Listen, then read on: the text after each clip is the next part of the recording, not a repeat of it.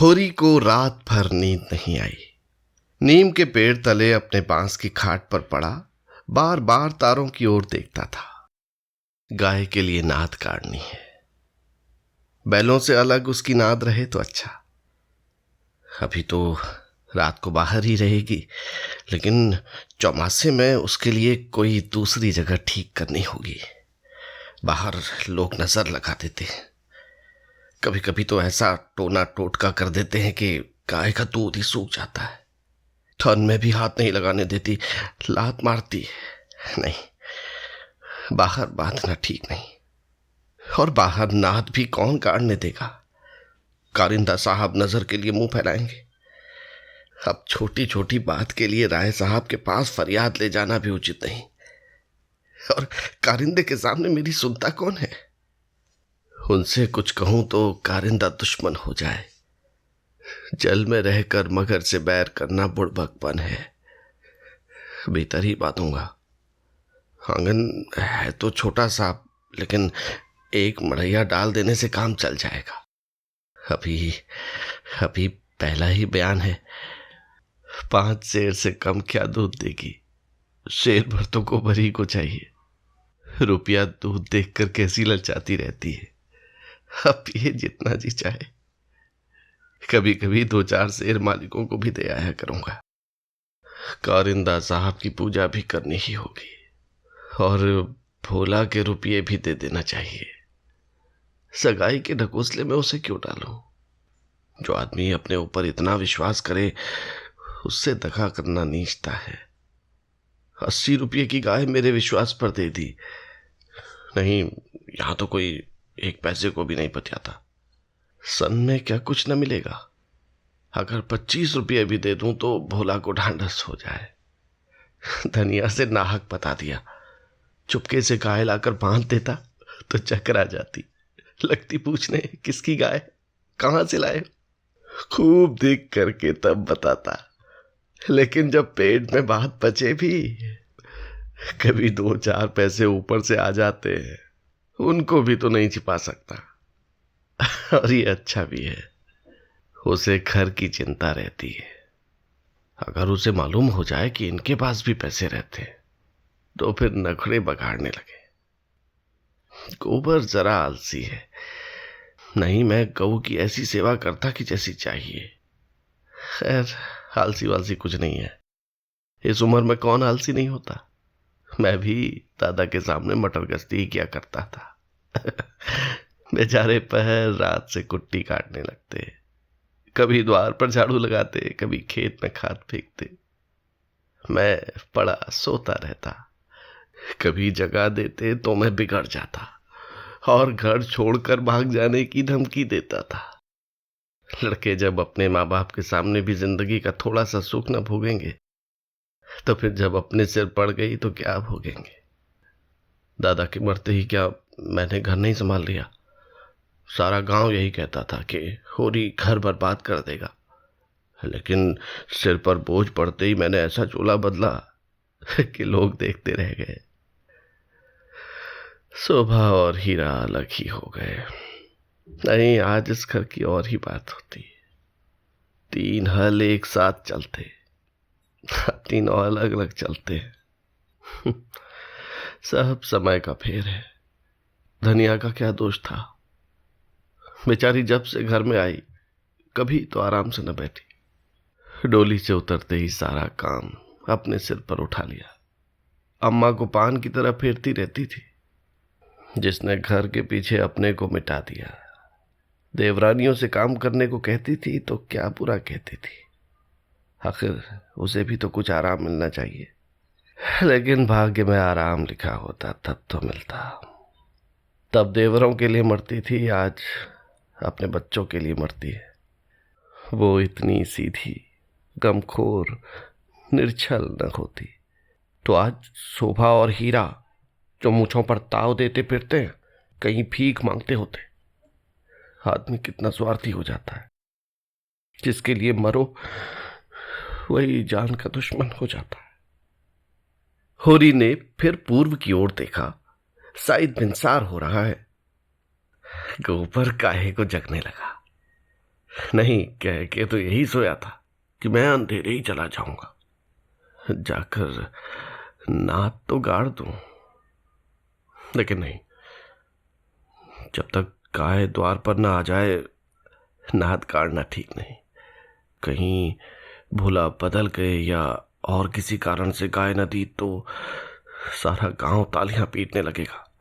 चले थे गाय लेने, पट्टे ने इतनी फुर्ती से नाद गाड़ दी मानो इसी की कसर थी। बोला, है तो अपने घर का मालिक, लेकिन जब लड़के सयाने हो गए तो बाप की कौन चलती है। कामता और जंगी अकड़ जाए तो क्या भोला अपने मन से गाय मुझे दे देंगे? कभी नहीं। सहसा गोबर चौंक कर उठ बैठा और आंखें मलता हुआ बोला, अरे ये तो भोर हो गया, तुमने नाद गाड़ दी दादा। होरी गोबर के सुगठित शरीर और चौड़ी छाती की ओर गर्व से देखकर और मन में ये सोचते हुए कि कहीं इसे गोरस मिलता तो कैसा पट्ठा हो जाता, बोला, नहीं, अभी नहीं गाड़ी। सोचा कहीं न मिले तो नाहक भद हो। गोबर ने त्योरी चढ़ाकर कहा, मिलेगी क्यों नहीं? उनके मन में कोई चोर बैठ जाए। चोर बैठे या डाकू, गाय तो उन्हें देनी पड़ेगी। गोबर ने और कुछ न कहा, लाठी कंधे पर रखी और चल दिया। होरी उसे जाते देखता हुआ अपना कलेजा ठंडा करता रहा। अब लड़के की सगाई में देर न करनी चाहिए। 17वां लग गया, मगर करे कैसे? कहीं पैसे के भी दर्शन हो। जब से तीनों भाइयों में अलगौजा हो गया, घर की साख जाती रही। मैं तो लड़का देखने आते हैं, पर घर की दशा देखकर मुंह फीका करके चले जाते हैं।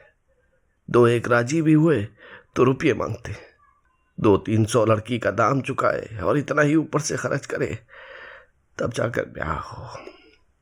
कहां से आए इतने रुपये? रास खलिहान में तुल जाती है, खाने भर को भी बचता नहीं, ब्याह कहां से हो? और अब तो सोना ब्याह करने योग्य हो गई। लड़के का ब्याह न हुआ न सही, लड़की का ब्याह न हुआ तो सारी बिरादरी में हंसी होगी। पहले तो उसी की सगाई करनी है, पीछे देखी जाएगी।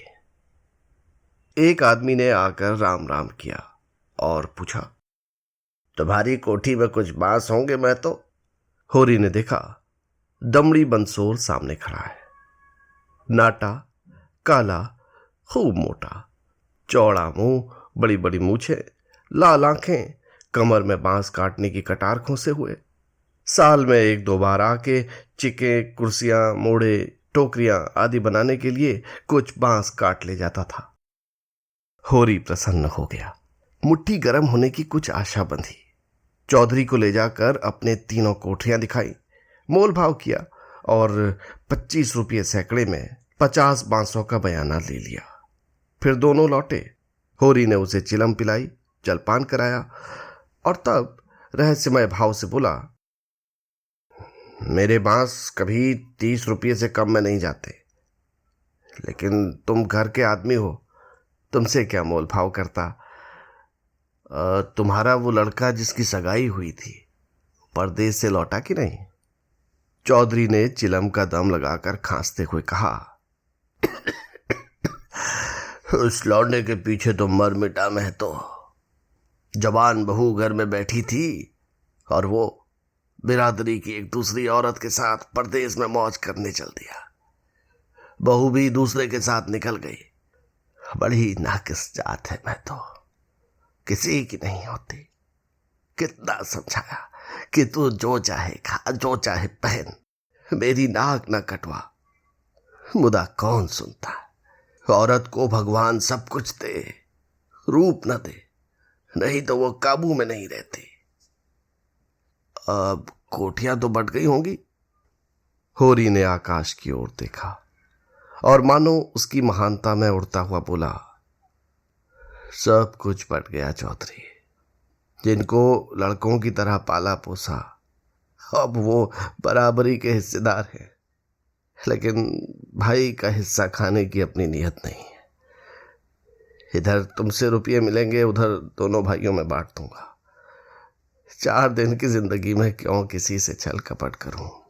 नहीं कह दूं कि 20 रुपये सैकड़े में बेचे तो उन्हें क्या पता चलेगा। तुम उनसे कहने थोड़े ही जाओगे। तुम्हें तो मैंने बराबर अपना भाई समझा है। व्यवहार में हम भाई के अर्थ का कितना ही दुरुपयोग करें, लेकिन उसकी भावना में जो पवित्रता है वो हमारी कालिमा से कभी मलिन नहीं होती। होरी ने अप्रत्यक्ष रूप से ये प्रस्ताव करके चौधरी के मुंह की ओर देखा कि वो स्वीकार करता है या नहीं। उसके मुख पर कुछ ऐसा मिथ्या विनीत भाव प्रकट हुआ जो भिक्षा मांगते समय मोटे भिक्षुकों पर आ जाता है। चौधरी ने होरी का आसन पाकर चाबुक जमाया। हमारा तुम्हारा पुराना भाईचारा है, मैं तो ऐसी बात है भला। लेकिन बात यह है कि ईमान आदमी बेचता है तो किसी लालच से। 20 रुपये नहीं, मैं 15 रुपये कहूंगा, लेकिन जो 20 रुपये के दाम लो। होरी ने खिसिया कर कहा, तुम तो चौधरी अंधेर करते हो। 20 रुपये में कहीं ऐसे बांस जाते हैं? ऐसे क्या, इससे अच्छे बांस जाते हैं 10 रुपये में। हाँ, 10 कोस और पश्चिम चले जाओ, मोल बांस का नहीं है, शहर के नगीच होने का है। आदमी सोचता है कि जितनी देर वहां जाने में लगेगी उतनी देर में तो 2-4 रुपये का काम हो जाएगा। सौदा पट गया। चौधरी ने मिर्जाई उतार कर छान पर रख दी और बांस काटने लगा। ऊख की सिंचाई हो रही थी। हीरा बहू कलेवा लेकर कुएं पर जा रही थी। चौधरी को बांस काटते देखकर घूंघट के अंदर से बोली, कौन बांस काटता है? यहां बांस न कटेंगे।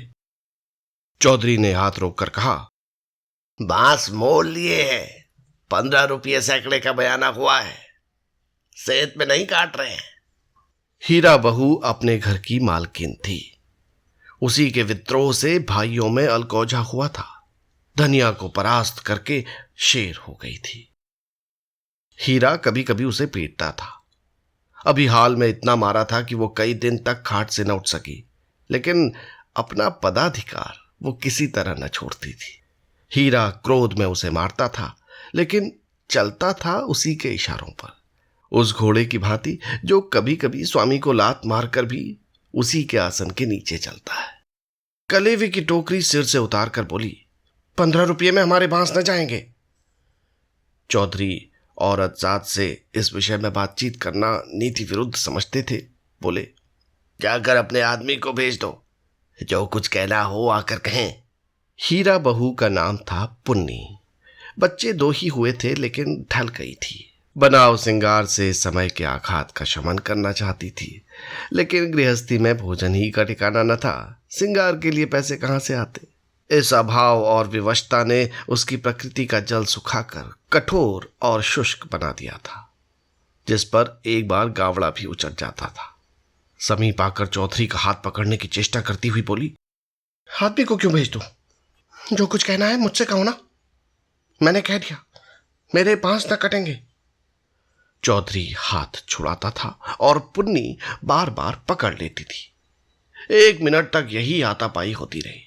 अंत में चौधरी ने उसे जोर से पीछे धकेल दिया।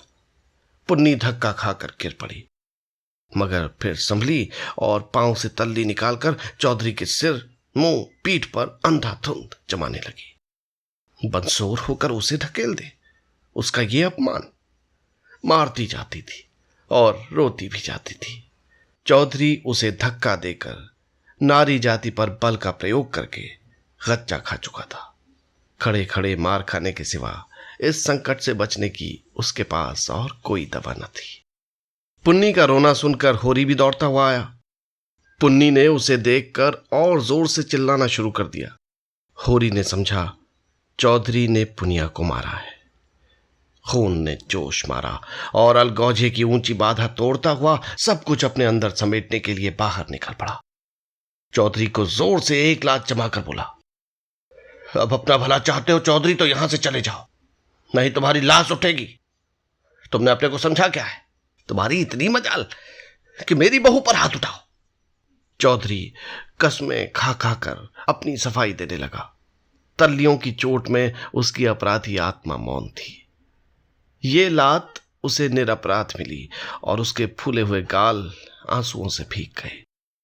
उसने तो बहू को छुआ भी नहीं। क्या वो इतना गवार है कि महतो के घर की औरतों पर हाथ उठाएगा? होरी ने अविश्वास करके कहा, आंखों में धूल मत झोंको चौधरी। तुमने कुछ नहीं कहा तो बहू झूठ मूठ रोती है। रुपये की गर्मी है तो वो निकाल दी जाएगी। अलग है तो क्या हुआ, है तो एक खून।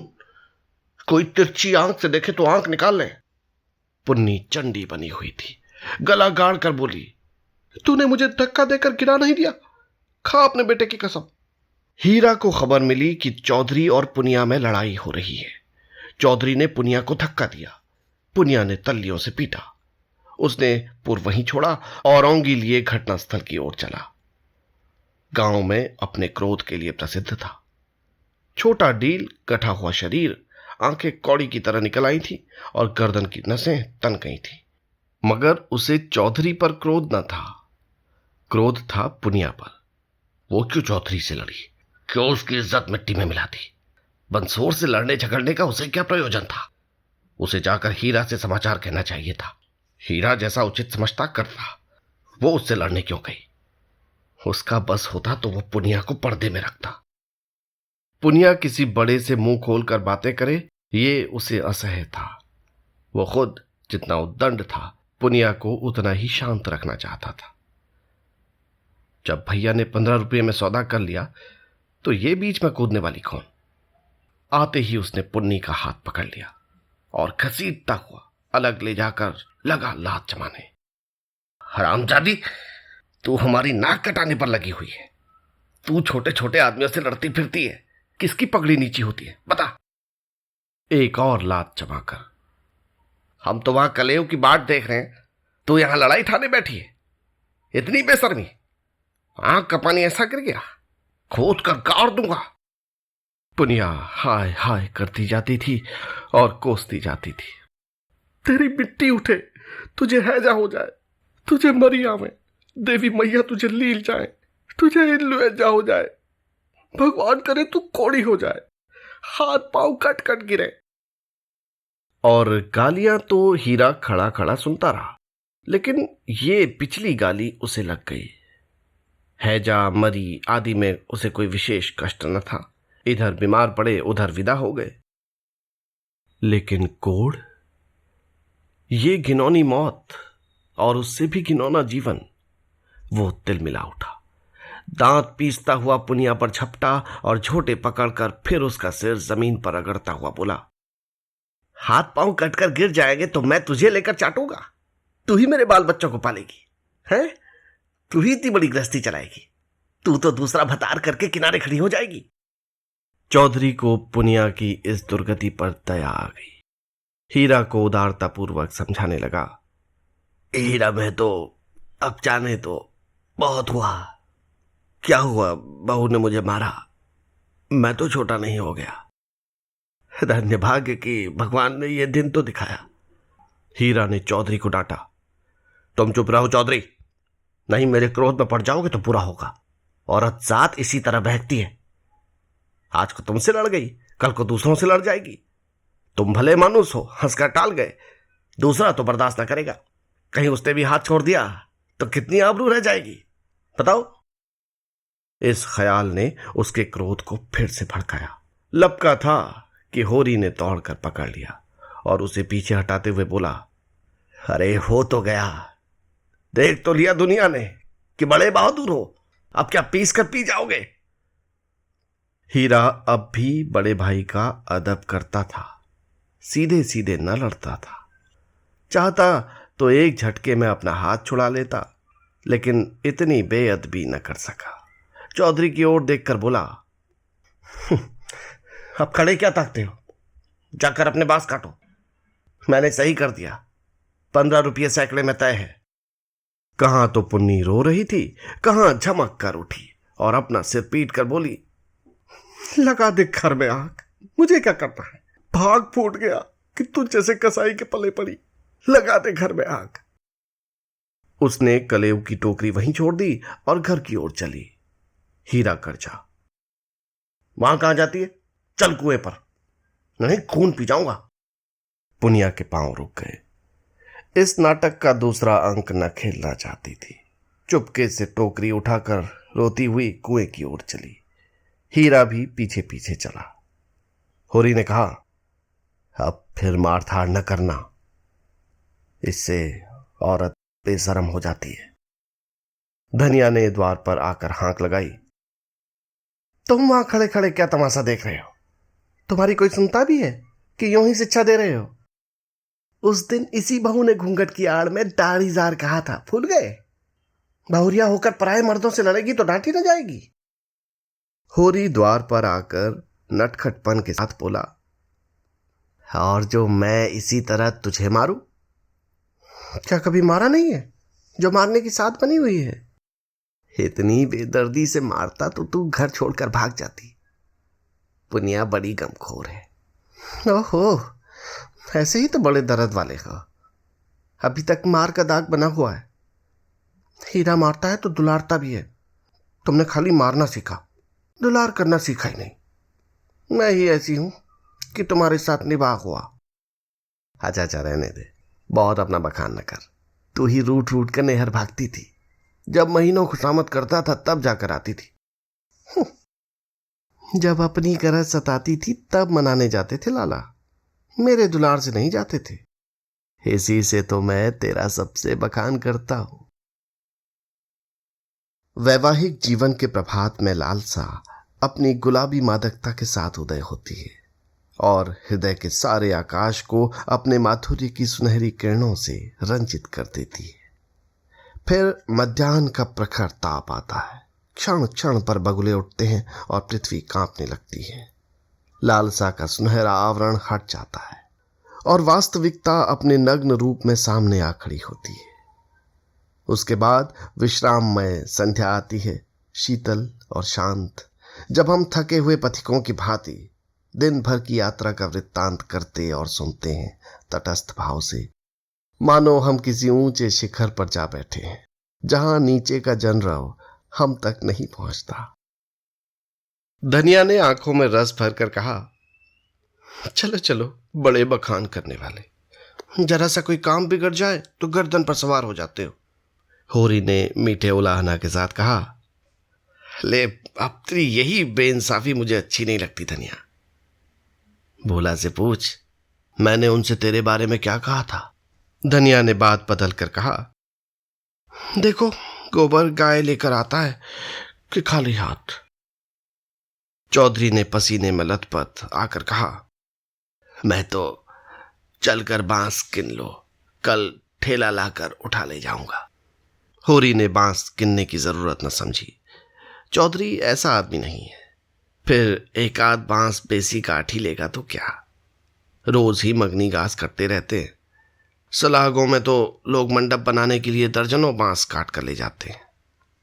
चौधरी ने 7.5 रुपये निकालकर उसके हाथ में रख दिए। होरी ने गिनकर कहा, और निकालो, हिसाब से 2.5 और होते हैं। चौधरी ने बेमुरव्वती से कहा, 15 रुपये में तय हुए कि नहीं? 15 रुपये में नहीं, 20 रुपये में। हीरा महतो ने तुम्हारे सामने 15 रुपये कहे थे, कहो तो बुला लाऊं। तय तो 20 रुपये में ही हुए थे चौधरी। अब तुम्हारी जीत है, जो चाहो कहो। 2.5 रुपये निकलते हैं, तुम 2 ही दे दो। मगर चौधरी कच्ची गोलियां न खेला था, अब उसे किसका डर? होरी के मुंह में तो ताला पड़ा हुआ था, क्या कहे, माथा ठोंक कर रह गया। बस इतना बोला, ये अच्छी बात नहीं है चौधरी, 2 रुपये दबाकर राजा ना हो जाओगे। चौधरी तीक्ष्ण स्वर में बोला, और तुम क्या भाइयों के थोड़े से पैसे दबाकर राजा हो जाओगे? 2.5 रुपये पर अपना ईमान बिगाड़ रहे थे, उस पर मुझे उपदेश देते हो। अभी पर्दा खोल दूं तो सिर नीचा हो जाए। होरी पर जैसे सैकड़ों जूते पड़ गए। चौधरी तो रुपया सामने जमीन पर रखकर चला गया, पर वो नीम के नीचे बैठा बड़ी देर तक पछताता रहा। वो कितना लोभी और स्वार्थी है, इसका उसे आज पता चला। चौधरी ने 2.5 रुपये दे दिए होते तो वो खुशी से कितना फूल उठता, अपनी चालाकी को सराहता कि बैठे बिठाए 2.5 रुपये मिल गए। ठोकर खाकर ही तो हम सावधानी के साथ पग उठाते हैं। धनिया अंदर चली गई थी, बाहर आई तो रुपये जमीन पर पड़े देखे, गिनकर बोली, और रुपये क्या हुए? 10 ना चाहिए? होरी ने लंबा मुंह बनाकर कहा। हीरा ने 15 रुपये में दे दिए तो मैं क्या करता? हीरा 5 रुपये में दे दे, हम नहीं देते इन दामों। वहां मारपीट हो रही थी, मैं बीच में क्या बोलता? होरी ने अपनी पराजय अपने मन में ही डाल ली, जैसे कोई चोरी से आम तोड़ने के लिए पेड़ पर चढ़े और गिर पड़ने पर धूल झाड़ता हुआ उठ खड़ा हो कि कहीं कोई देख न ले। जीत कर आप अपनी धोखेबाजियों की डींग मार सकते हैं। जीत में सब कुछ माफ है, हार की लज्जा तो पी जाने की ही वस्तु है। धनिया पति को फटकारने लगी। ऐसे अवसर उसे बहुत कम मिलते थे। होरी उससे चतुर था, पर आज बाजी उसके हाथ थी। हाथ मटका कर बोली, क्यों न हो, भाई ने 15 रुपये कह दिए तो तुम कैसे टोकते? अरे राम राम, लाडले भाई का दिल छोटा हो जाता कि नहीं? फिर जब इतना बड़ा अनर्थ हो रहा था कि लाडली बहू के गले पर छुरी चल रही थी तो भला तुम कैसे बोलते?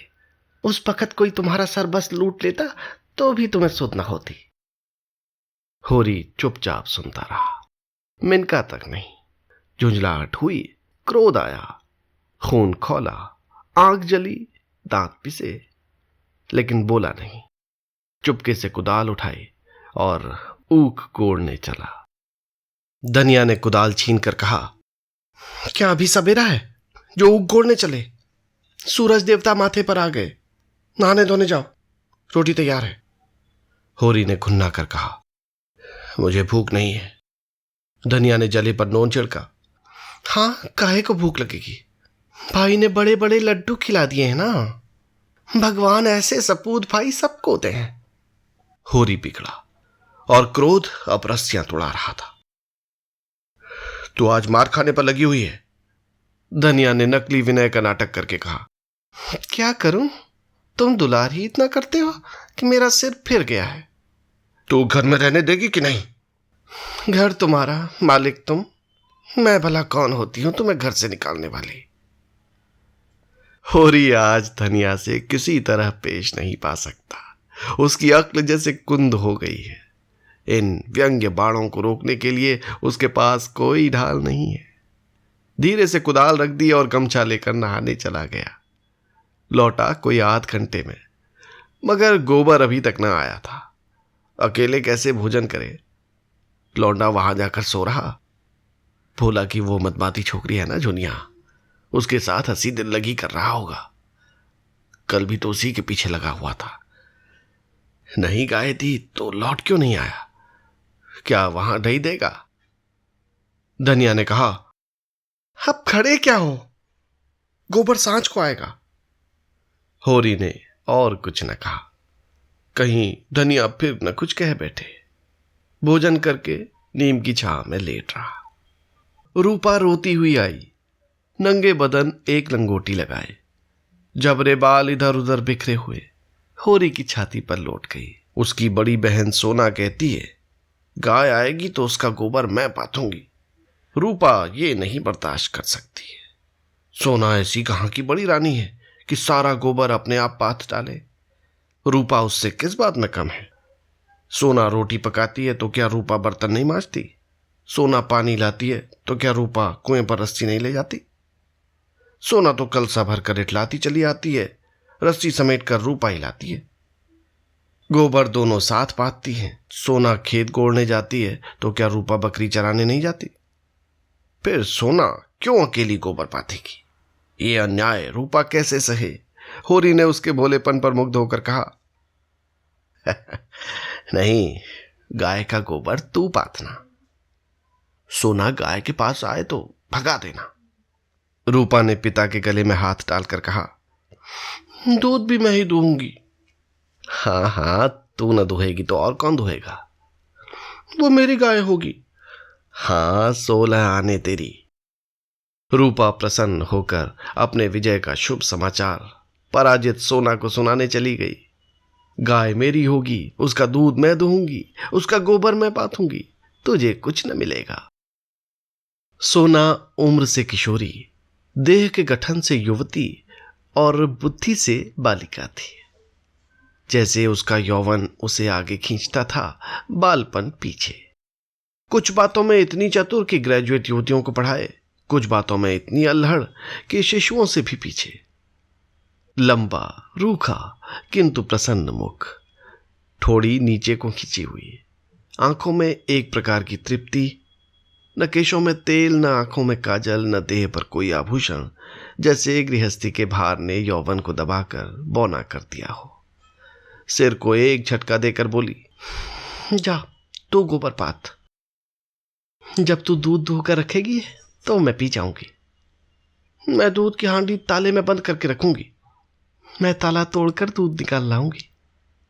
ये कहती हुई वो बाग की तरफ चल दी। आम गदरा गए थे, हवा के झोंकों से एक आध जमीन पर गिर पड़ते थे। लू के मारे चुचके, पीले, लेकिन बाल वृंद उन्हें टपके समझकर बाग को घेरे रहते थे। रूपा भी बहन के पीछे हो ली। जो काम सोना करे वो रूपा जरूर करेगी। सोना के विवाह की बातचीत हो रही थी, रूपा के विवाह की कोई चर्चा नहीं करता, इसलिए वो स्वयं अपने विवाह के लिए आग्रह करती है। उसका दूल्हा कैसा होगा, क्या क्या लाएगा, उसे कैसे रखेगा, उसे क्या खिलाएगा, क्या पहनाएगा, इसका वो बड़ा विशद वर्णन करती, जिसे सुनकर कदाचित कोई बालक उससे विवाह करने पर राजी न होता। सांझ हो रही थी। होरी ऐसा अलसाया कि ऊख गोड़ने न जा सका। बैलों को नाद में लगाया, सानी खरीदी और एक चिलम भरकर पीने लगा।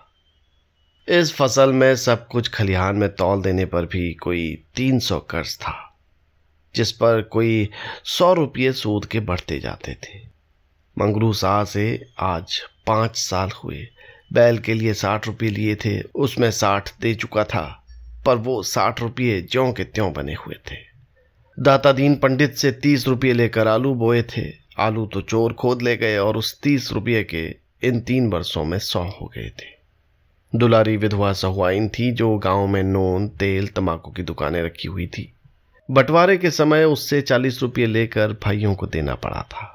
उसके भी लगभग 100 रुपये हो गए थे, क्योंकि आने रुपये का ब्याज था। लगान के भी अभी 25 रुपये बाकी पड़े हुए थे और दशहरे के दिन शगुन के रुपयों का भी कोई प्रबंध करना था।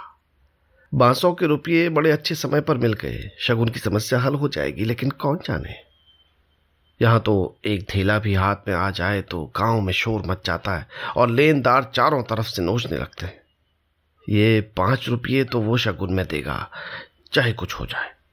मगर अभी जिंदगी के 2 बड़े बड़े काम सिर पर सवार थे, गोबर और सोना का विवाह। बहुत हाथ बांधने पर भी 300 से कम खर्च न होंगे। ये 300 किसके घर से आएंगे? कितना चाहता है कि किसी से भी 1 पैसा कर्ज न ले, जिसका आता हो उसका पाई पाई चुका दे, लेकिन हर तरह से कष्ट उठाने पर भी गला नहीं छोड़ता। इसी तरह सूद बढ़ता जाएगा और एक दिन उसका घर द्वार सब नीलाम हो जाएगा। उसके बाल बच्चे निराश्रय होकर भीख मांगते फिरेंगे। होरी जब काम धंधों से छुट्टी पाकर चिलम पीने लगता था तो ये चिंता एक काली दीवार की भांति उसे चारों तरफ से घेर लेती थी, जिसमें से निकलने की उसे कोई गली न सूझती थी। अगर संतोष था तो यही कि ये विपत्ति अकेले उसी के सिर न थी। प्रायः सभी किसानों का यही हाल था। अधिकांश की दशा तो इससे भी बदतर थी। शोभा और हीरा को उससे अलग हुए अभी कुल 3 साल हुए थे, मगर दोनों पर 400 का बोझ लद गया था। झिंगुर 2 हल की खेती करता है, उस पर 1000 से कुछ ही बेसी देना है। जियावन महतो के घर भिखारी भीख भी नहीं पाता, लेकिन कर्जे का कोई ठिकाना नहीं। यहां कौन बचा है? सहसा सोना और रूपा दौड़ी हुई आई और एक साथ बोली, भैया गाय ला रहे हैं। आगे आगे गाय, पीछे पीछे भैया हैं। रूपा ने पहले गोबर को आते देखा था। यह खबर सुनाने की सुर्खरुई उसे मिलनी चाहिए थी। सोना बराबर की हिस्सेदार हुई जाती है, ये उससे कैसे सहा जाता। उसने आगे बढ़कर कहा, पहले मैंने देखा था तभी दौड़ी, बहन ने तो पीछे से देखा। सोना इस दावे को स्वीकार न कर सकी, बोली, तूने भैया को कहाँ पहचाना? तू तो कहती थी कोई गाय भागी आ रही है। मैंने ही कहा भैया हैं। दोनों फिर बाग की तरफ दौड़ी गाय का स्वागत करने के लिए। धनिया और होरी दोनों गाय बांधने का प्रबंध करने लगे। होरी बोला, चलो जल्दी से नाद काट दें। धनिया के मुख पर जवानी चमक उठी थी। नहीं, पहले थाली में थोड़ा सा आटा और गुड़ घोल कर रख दें। बेचारी धूप में चली होगी, प्यासी होगी। तुम जाकर नाद काढ़ो, मैं घोलती हूँ। कहीं एक घंटी पड़ी थी, उसे ढूंढ ले, उसके गले में बांधेंगे। सोना कहाँ गई? सवाइन की दुकान से थोड़ा सा काला डोरा मंगवा लो, गाय को नजर बहुत लगती है। आज मेरे मन की बड़ी भारी लालसा पूरी हो गई। धनिया अपने हार्दिक उल्लास को दबाए रखना चाहती थी। इतनी बड़ी संपदा अपने साथ कोई नई बाधा न लाए, ये शंका उसके निराश हृदय में कंपन डाल रही थी। आकाश की ओर देखकर बोली, गाय आने का आनंद तो तब है कि उसका पौरा भी अच्छा हो। भगवान के मन की बात है। मानो वो भगवान को भी धोखा देना चाहती थी, भगवान को भी दिखाना चाहती थी कि इस गाय के आने से उसे इतना आनंद नहीं हुआ कि ईर्ष्यालु भगवान सुख का पलड़ा ऊंचा करने के लिए कोई नई विपत्ति भेज दे। वो अभी आटा खोल ही रही थी कि गोबर गाय को लिए बालकों के एक जुलूस के साथ द्वार पर आ पहुंचा। होरी दौड़कर गाय के गले से लिपट गया। धनिया ने आटा छोड़ दिया और जल्दी से एक पुरानी साड़ी का काला किनारा फाड़कर गाय के गले में बांध दिया। होरी श्रद्धा विह्वल नेत्रों से गाय को देख रहा था, मानो साक्षात देवी जी ने घर में पदार्पण किया हो। आज भगवान ने यह दिन दिखाया कि उसका घर गऊ के चरणों से पवित्र हो गया। ये सौभाग्य न जाने किसके पुण्य प्रताप से। धनिया ने भयातुर होकर कहा, खड़े क्या हो, आंगन में नाद गाड़ दो। आंगन में जगह कहाँ है? बहुत जगह है। मैं तो बाहर ही गाड़ता हूं। पागल न बनो, गांव का हाल जानकर भी अनजान बनते हो। अरे पित्ते भर के आंगन में गाय कहां बांधोगी भाई? जो बात नहीं जानते उसमें टांग मत अड़ाया करो। संसार भर की विद्या तुम ही नहीं पढ़े हो। होरी सचमुच अपने में न था। गऊ उसके लिए केवल भक्ति और श्रद्धा की वस्तु नहीं, सजीव संपत्ति थी। वो उससे अपने द्वार की शोभा और अपने घर का गौरव बढ़ाना चाहता था। वो चाहता था लोग गाय को द्वार पर बंधी देखकर पूछें, ये किसका घर है? लोग कहें, होरी महतो का। तभी लड़की वाले भी उसकी विभूति से प्रभावित होंगे। आंगन में बंधी तो कौन देखेगा? धनिया इसके विपरीत सशंक थी। वो गाय को 7 पर्दों के अंदर छिपा कर रखना चाहती थी। अगर गाय 8 पहर कोठरी में रह सकती तो शायद वो उसे बाहर न निकलने देती। यों हर बात में होरी की जीत होती थी। वो अपने पक्ष पर अड़ जाता था और धनिया को दबना पड़ता था। लेकिन आज धनिया के सामने होरी की एक न चली। धनिया लड़ने को तैयार हो गई। गोबर, सोना और रूपा, सारा घर होरी के पक्ष में था, पर धनिया ने अकेले सबको परास्त कर दिया। आज उसमें एक विचित्र आत्मविश्वास और होरी में एक विचित्र विनय का उदय हो गया था। मगर तमाशा कैसे रुक सकता था? गाय डोली में बैठकर तो न आई थी। कैसे संभव था कि गांव में इतनी बड़ी बात हो जाए और तमाशा न लगे? जिसने सुना सब काम छोड़कर देखने दौड़ा। ये मामूली देसी गऊ नहीं है। भोला के घर से 80 रुपये में आई है। होरी 80 रुपये क्या देंगे, 50-60 रुपये में लाए होंगे। गांव के इतिहास में 50-60 रुपये की गाय का आना भी अभूतपूर्व बात थी। बैल तो 50 रुपये के भी आए, 100 के भी आए, लेकिन गाय के लिए इतनी बड़ी रकम किसान क्या खा के खर्च करेगा? ये तो ग्वालों का ही कलेजा है कि अंजुलियों रुपये के नाते हैं। गाय क्या है, साक्षात देवी का रूप है। दर्शकों और आलोचकों का तांता लगा हुआ था और होरी दौड़ दौड़ कर सबका सत्कार कर रहा था। इतना विनम्र, इतना प्रसन्न चित्त वो कभी न था।